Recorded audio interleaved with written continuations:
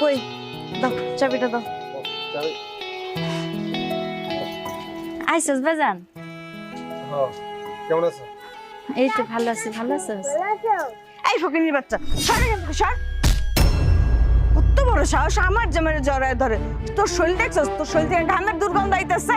বৌমা তুমি ওর এভাবে ধাক্কা দিলা কেন? ওর চাচা হয়, কতদিন পরে বাড়িতে আইসো, চাচারে দেখা ওই তো লোভ সামলাইতে পারে না, এর লেগে তুমি ধাক্কা দিবা?